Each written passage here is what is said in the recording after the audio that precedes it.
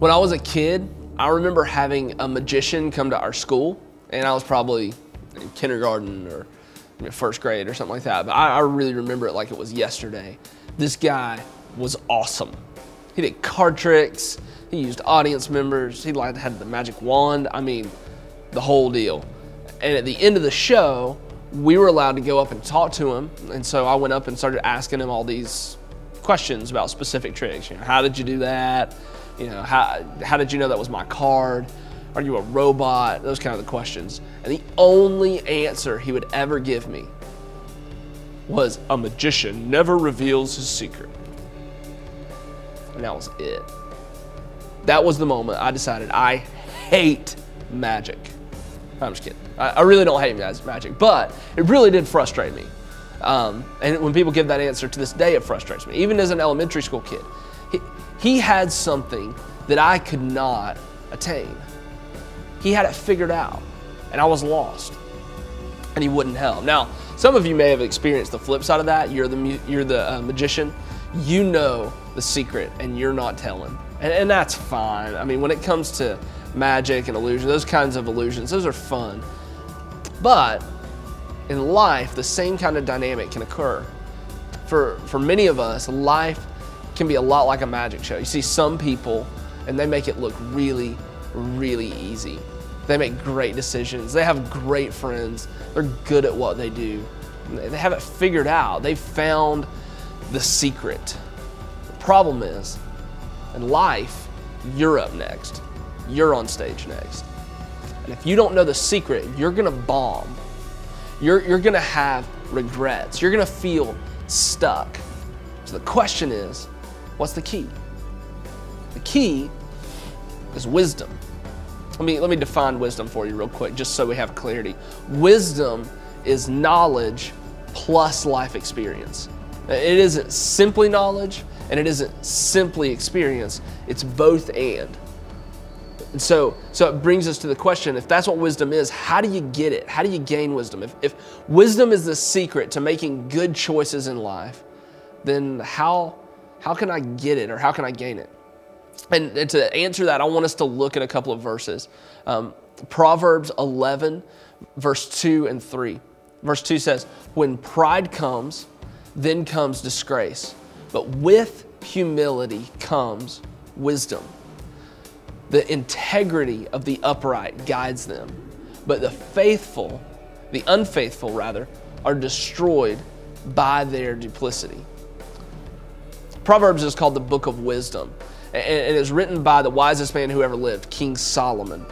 And most of this book really is written as a conversation that King Solomon's having with his son, Lemuel. Literally, Proverbs is really a chance for us to listen in on a father-son conversation from the wisest man who had ever lived, as he tells his son, who's going to be a king, how to win at life. And Proverbs is a really big deal. And so what Solomon says about wisdom is that it comes with humility. Now, if you're a person who is prideful, then disgrace or destruction is going to follow you or be following you. But if you're a person who is humble, you will be with wisdom. So the question is why?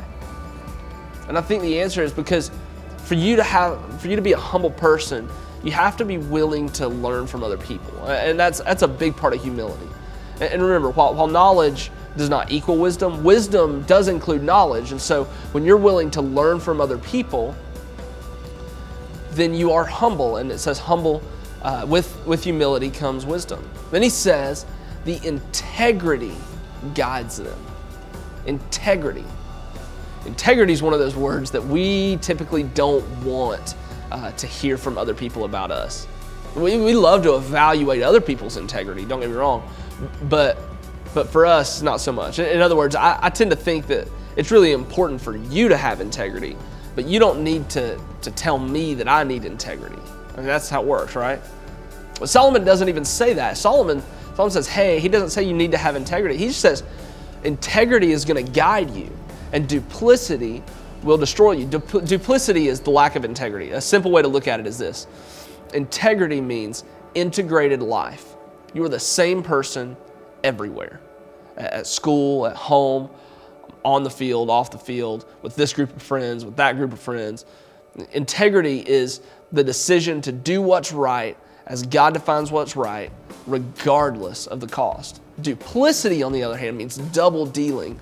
You contradict yourself. You do what you have to in order to fit in, regardless if God has said it's right or wrong. Now, I want you to take just a minute and think about this, because this is a little lengthy, but life is full of decisions that we have to make.